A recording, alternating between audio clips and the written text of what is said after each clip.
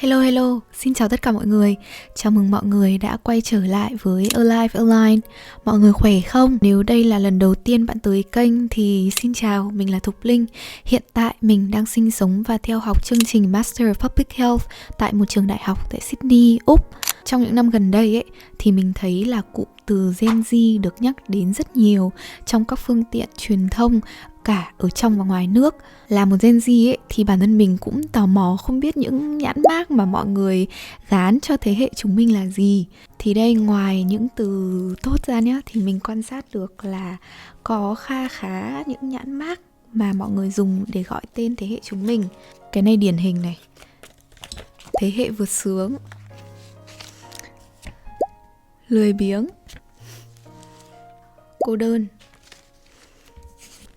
nhạy cảm và mong manh dễ vỡ, chưa hết, lạc lối và lo âu. Đây là những nhãn mác phổ biến mà mình thấy là mọi người hay dùng để miêu tả thế hệ Gen Z của chúng mình. Mình không biết là mọi người nghĩ gì khi nghe đến những cái nhãn mác này, nhưng mà với mình thì mình không thấy bị offended đâu. Vì bản thân mình, từ cái quan sát cá nhân mình cũng thấy là có rất là nhiều sự khác biệt ở thế hệ của chúng mình so với những thế hệ của ông bà, bố mẹ hay là các anh chị đi trước. Tất nhiên thì mình cũng phải công nhận mỗi thế hệ thì cũng sẽ đều có những sự khác biệt và những khó khăn riêng của thế hệ đó. Tuy nhiên, là một người mà quan tâm đến đời sống và sức khỏe tinh thần thì bản thân mình cũng thấy rất là lo ngại khi nhìn vào những cái số liệu chỉ ra sự tăng vọt của các bệnh tâm lý như là trầm cảm hay là lo âu ở thế hệ của Gen Z. Thì ok, mọi người cũng đoán được qua tiêu đề rồi đúng không? Hôm nay chúng mình sẽ chọn nhãn mác lo âu. Video ngày hôm nay thì mình cũng sẽ không tập trung nhắc đến các số liệu, bởi vì mình thấy là mọi người có thể tìm thấy rất là dễ dàng ở các thống kê trên mạng. Mình muốn tập trung vào câu hỏi vì sao và đi tìm những yếu tố rủi ro cho những số liệu đáng lo ngại của thế hệ chúng mình. Thì ngày hôm nay mình sẽ chỉ chọn đúng một khía cạnh để khai thác thôi mà mình thấy là rất thú vị, đồng thời là cũng chưa được nhắc đến nhiều. Đó chính là Gen Z là thế hệ đầu tiên trải qua tuổi dậy thì cùng với mạng xã hội và điện thoại thông minh. Khi bắt đầu video, mình muốn cảm ơn tác giả Jonathan Haidt đã xuất bản quyển sách The Anxious Generation. Mình đã tìm đọc quyển này vào năm ngoái và đã rất là thích quyển sách này, thậm chí mình còn đăng cả ở trên story cơ. Và mình đã rất là vui khi mà đợt vừa rồi về Việt Nam ăn Tết, mình đã thấy quyển sách này được dịch này, và thậm chí có cả bản tiếng Anh ở các hiệu sách tại Việt Nam. Ngoài quyển sách này ra, mình cũng muốn nhắc đến bộ phim mới được phát hành của Netflix, Adolescence. Và bộ phim này đã trở thành một hiện tượng thu hút được rất là nhiều sự chú ý của mọi người trên thế giới, không phải bởi cái tính giật gân của nó. Điểm đặc biệt của bộ phim này là phần khai thác tâm lý rất phức tạp của một đứa trẻ đang ở tuổi vị thành niên, đồng thời là khai thác những ảnh hưởng tiêu cực của thế giới online, dẫn đến một hành động không thể tưởng tượng được ở một đứa trẻ. Giống như mọi lần thì mình muốn disclaimer là những chia sẻ của mình ở trong video hoàn toàn là đứng tại góc nhìn cá nhân. Vì vậy, giống như chú ở trên TV hay nói, sản phẩm này không phải là thuốc và không có tác dụng thay thế thuốc chữa bệnh. Một điều nữa mà mình muốn lưu ý là chủ đề ngày hôm nay mà mình chọn cho video nó mang tính xã hội và mang tính thời đại, mà mọi vấn đề dạng như vậy thì đều yêu cầu một góc nhìn đa chiều. Tuy nhiên là trong khuôn khổ của một video thì mình không thể nào mà khai thác toàn bộ khía cạnh của một vấn đề được. Vì vậy là mình mong muốn rằng là mọi người có thể tiếp cận video của mình dưới góc độ là bắt đầu một cái cuộc hội thoại về chủ đề này, mà không dùng nó để lên án, công kích hay là đổ lỗi cho ai cả. Ok, chúng mình cùng bắt đầu video ngày hôm nay nhé. Mình muốn quay trở lại cái ý rất là quan trọng mà vừa nãy mình vừa nhắc đến Thế hệ Gen Z là thế hệ đầu tiên mà trải qua tuổi dậy thì với điện thoại thông minh và mạng xã hội. Không biết mọi người còn nhớ về tuổi thơ không nhá, nhưng mà khi mình còn nhỏ thì mình nhớ là nhà mình sử dụng điện thoại bàn rất là nhiều, kể cả bố mẹ mình hồi đấy. Rồi đến Nokia cục gạch chơi rắn, đấy cấp 2 vẫn dùng, cho đến một bước ngoặt then chốt là thời điểm khoảng 2010-2012. Thời điểm này là một bước ngoặt quan trọng. Vì sao? Bởi vì thời điểm 2010 đến 2012 là thời điểm các nền tảng mạng xã hội bắt đầu bùng nổ. Instagram ra đời năm 2010 này, Snapchat ra đời 2011 này, và ở thời điểm đấy thì ứng dụng Facebook ở trên điện thoại ấy cũng bắt đầu bùng nổ. Không dừng lại ở đấy thì một sự trùng hợp, rất trùng hợp, những điện thoại thông minh đúng vào thời điểm đấy cũng ra đời tính năng chụp hình ở camera trước mà chụp selfie ấy, kết hợp với các nền tảng mạng xã hội. Nó tạo thành một sự thay đổi cục diện luôn, từ những nền tảng xã hội mang tính chất văn bản mà có rất nhiều chữ biến thành tính chất về mặt visual, về mặt hình ảnh. Nó tạo thành một sự thay đổi về mặt hành vi của người dùng, thúc đẩy người dùng quản lý cái identity của mình, cái danh tính của mình ở trên mạng xã hội ấy, qua hình ảnh trực quan. Mà dưới góc nhìn của một nhà tâm lý học xã hội, Jonathan cho rằng điều này khuếch đại cái sự lo lắng, sự áp lực và sự so sánh xã hội giữa những người dùng. Ngoài ra, ông còn sử dụng số liệu xuyên quốc gia để chứng minh là những vấn đề tâm lý mà Gen Z đang gặp phải ấy, trực tiếp liên quan mối quan hệ nhân quả đến cái sự bùng nổ của mạng xã hội và điện thoại thông minh. Có một điểm mà mình muốn nhắc đến rất là nhanh thôi là mạng xã hội có ảnh hưởng tiêu cực hơn với con gái, mặc dù là con trai cũng bị ảnh hưởng tiêu cực. Một trong những lý do là vì con gái nhạy cảm hơn với sự so sánh xã hội này, nhạy cảm hơn với xu hướng theo đuổi một hình mẫu, hình tượng hoàn hảo ở trên mạng xã hội. Con gái cũng nhạy cảm hơn với nhu cầu tìm kiếm validation, sự công nhận từ người khác, mà điều này lại còn được khuếch đại qua một cái hệ thống lượng hóa giá trị của một người qua số like và lượt tương tác. Một ý nữa là bởi vì con gái đối diện với nhiều rủi ro hơn với bắt nạt trên mạng xã hội và dễ trở thành nạn nhân cho những kẻ suy đồi đạo đức ở trên mạng. Tuy nhiên là không đồng nghĩa là con trai không bị ảnh hưởng. Các phương tiện truyền thông này, video games, hay thậm chí mình muốn nói ở là pornography góp phần biến con trai thành nạn nhân của những nội dung độc hại. Và mặc dù trước đây những vấn đề hành vi ở con trai thường được thể hiện qua những externalizing behavior, ví dụ như là đánh nhau, gây lộn này, thì bắt đầu từ thời điểm 2010 đến 2012, các vấn đề internalizing như là các bệnh trầm cảm, lo âu cũng tăng vọt ở giới tính nam. Vậy thì hệ quả là gì? Có 4 hệ quả. Đầu tiên là thiếu hụt tương tác xã hội, thứ hai là thiếu ngủ trầm trọng, thứ ba là suy giảm chú ý, và thứ tư là addiction, nhưng mà mình sẽ dịch là sự phụ thuộc chứ không phải là nghiện nhé, nghe nó nặng nề. Thì khi mọi người nghe cái hệ quả này, mọi người cũng thấy là cũng bình thường đúng không? Nhưng mà ấy, nếu mọi người chưa xem Adolescence ấy, thì ở trong phim Jamie, người được cho là thủ phạm, là một đứa trẻ bình thường như bao đứa trẻ khác, sinh ra hoàn toàn lành lặn, khỏe mạnh, bình thường về cơ thể vật lý và về tinh thần. Gia đình nhìn qua có vẻ là êm ấm và hòa thuận, bố mẹ yêu thương nhau,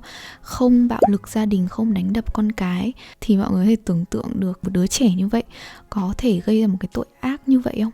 Không, đúng không? Thì bộ phim như là một cái lời cảnh tỉnh cho những người lớn đang cho rằng không gian trên mạng là an toàn và không gian ngoài đời thực là nguy hiểm. Người lớn để đảm bảo an toàn cho con mình ấy, thì mọi người có xu hướng mong muốn con được chơi an toàn ở trong nhà mà không còn dám cho phép con tự do chơi đùa ở bên ngoài như là các thế hệ trước nữa. Tuy nhiên như bộ phim Adolescence hay như quyển sách mà mình nhắc đến đã chỉ ra ấy, là không có nghĩa những đứa trẻ đang an toàn ở trong phòng ngủ về mặt vật lý có thể an toàn về mặt tâm lý. Tiếp theo đây mình cũng muốn chỉ ra một điều là không chỉ cần đến những người làm nghiên cứu hay là làm chính sách mới nhìn nhận ra những điều này đâu, mà chính những người tiêu dùng như chúng mình cũng đã nhận biết được vấn đề và thậm chí là còn muốn chủ động thoát ra khỏi sự phụ thuộc với điện thoại và mạng xã hội.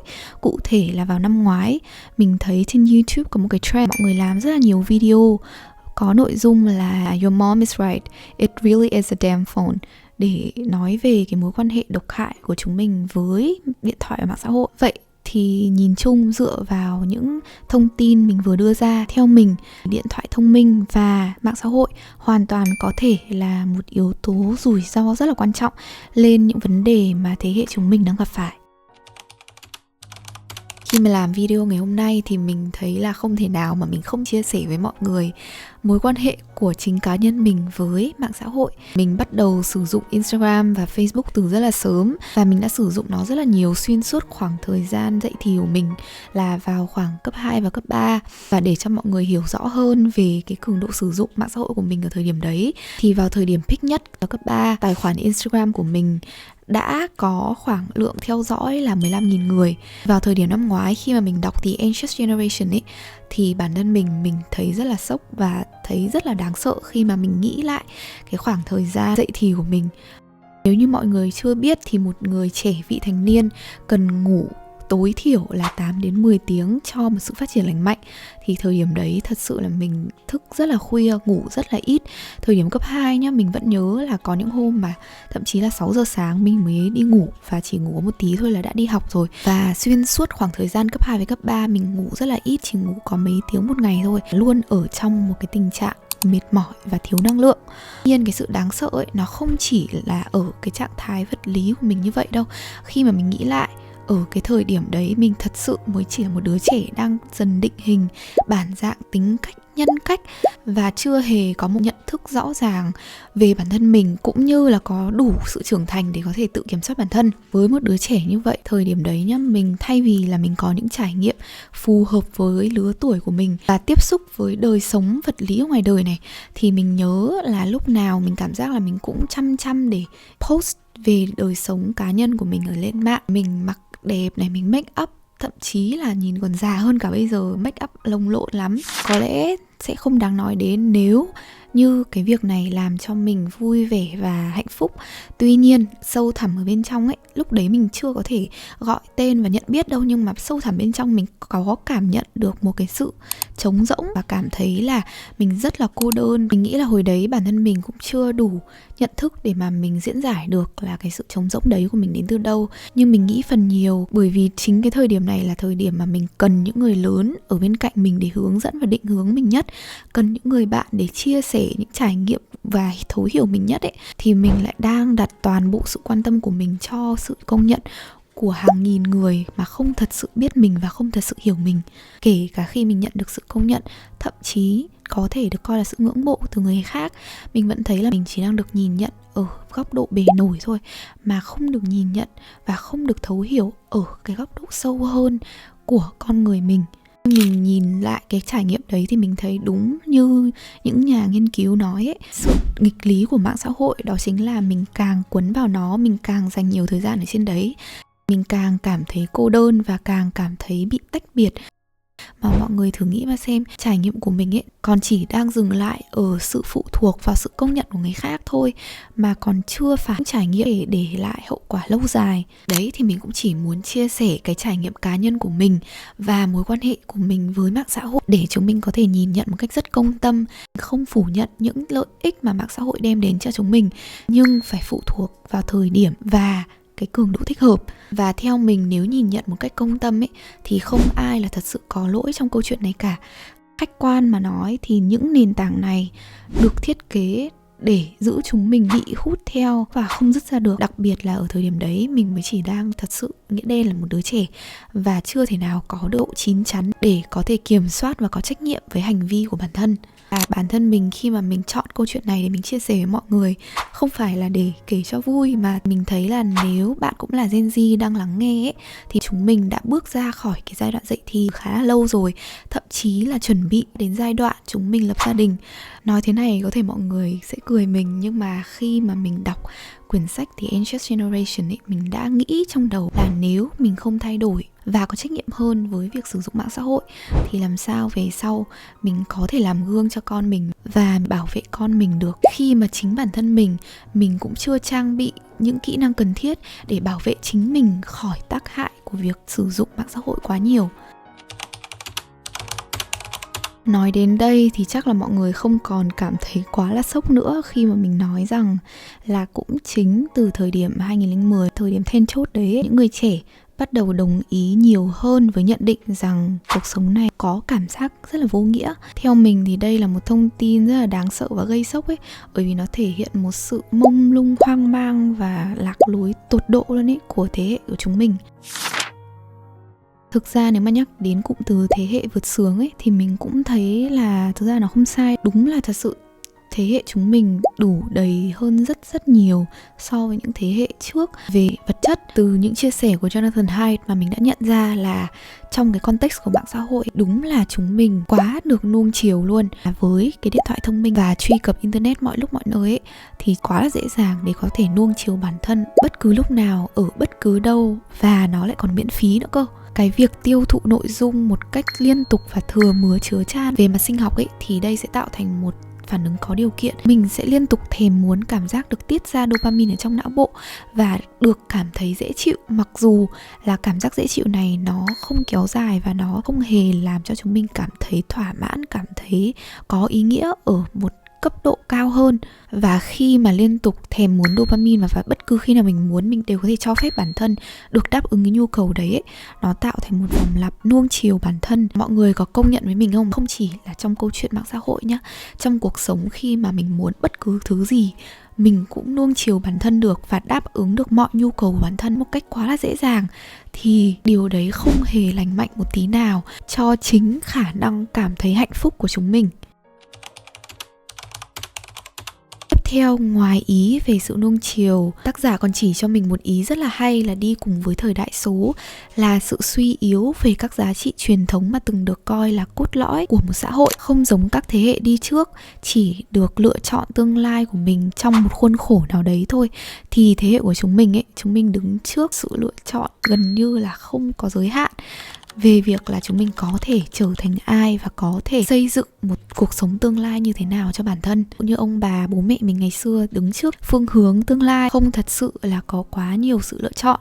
Tuy nhiên, đến thế hệ của chúng mình có quá nhiều giá trị được tôn thờ và quá nhiều định nghĩa thế nào là thành công và thế nào là hạnh phúc. Có người cho rằng là phải mua nhà, mua xe trước 30, có người thì cho rằng là về hưu sớm mới là tối thượng, người thì lại không tôn thờ chủ nghĩa vật chất mà lại cho rằng là phải đi du lịch vòng quanh thế giới, ưu tiên trải nghiệm cá nhân trước khi lập gia đình mới là điều đúng đắn. Có người lại cho rằng là hôn nhân quá là bó buộc với họ và họ muốn theo đuổi một cuộc sống độc thân và tự do. Chẳng trách mà có rất nhiều bạn trẻ ở thế hệ chúng mình rơi vào trạng thái chronic social comparison, liên tục so sánh bản thân mình với người khác, không chỉ dừng lại ở đấy mà luôn cảm thấy mình không đủ.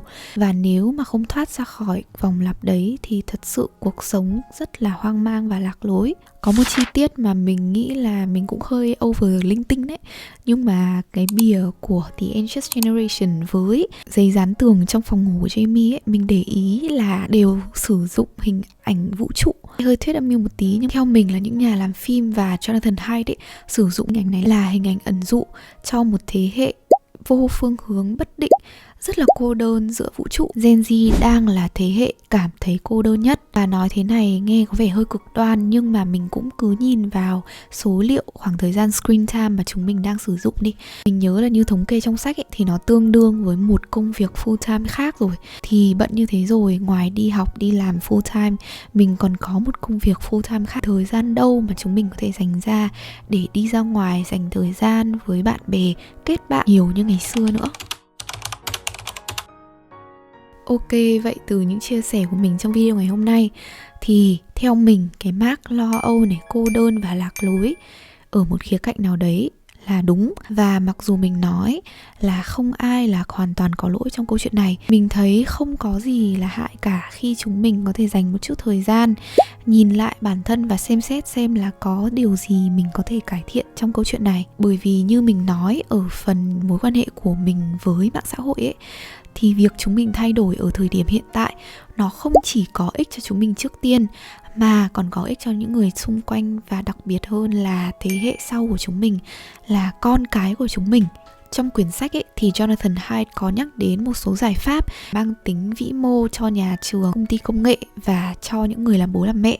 Tuy nhiên chiến lược của chúng mình sẽ có hơi khác đi, đơn giản hơn một chút và cũng khó hơn một chút. Theo mọi người, giải pháp đầu tiên mà chúng mình có thể làm là gì?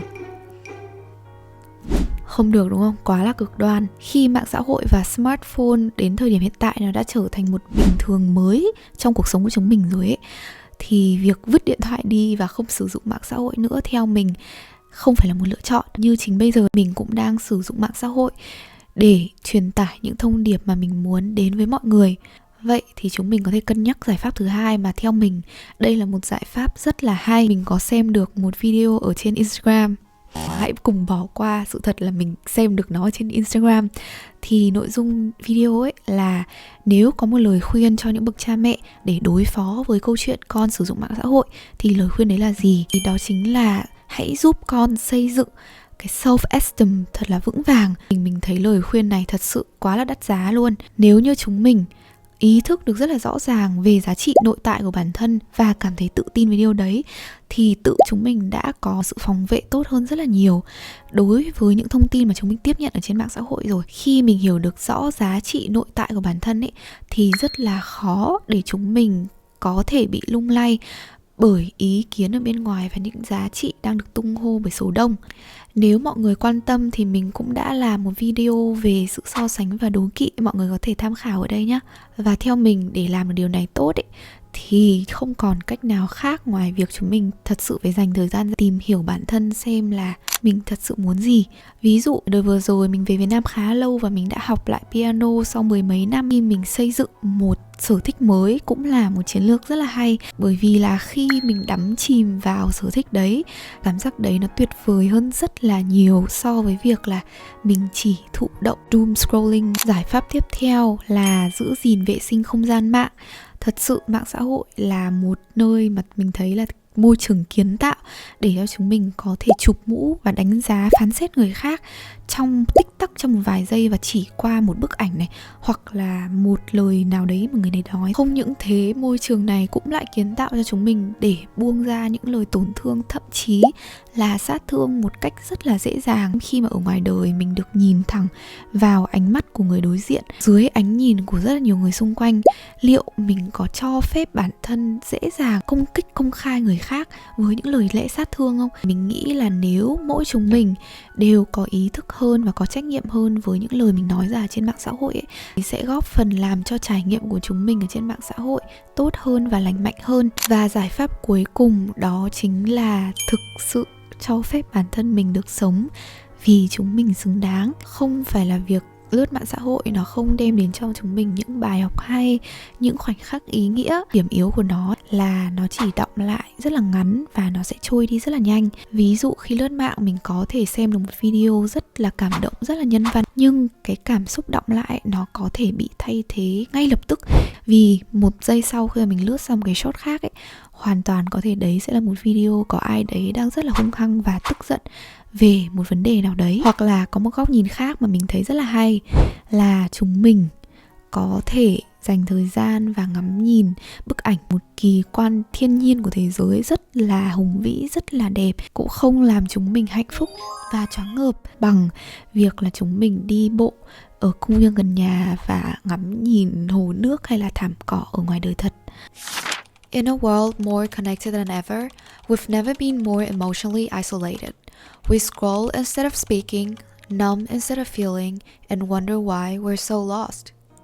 Kết thúc video thì mình cũng chỉ muốn nói là sẽ không bao giờ có một giải pháp hay có một câu trả lời đúng cho tất cả mọi người. Vì vậy là mình rất là mong chờ lắng nghe ý kiến của mọi người về việc làm thế nào để chúng mình có thể cùng nhau có một mối quan hệ lành mạnh hơn với điện thoại và mạng xã hội. Nếu mọi người thấy video này đã đem đến cho mọi người một góc nhìn mới hay là sẽ có thể có ích với một ai đấy, đừng ngần ngại chia sẻ video này với người đấy nhé.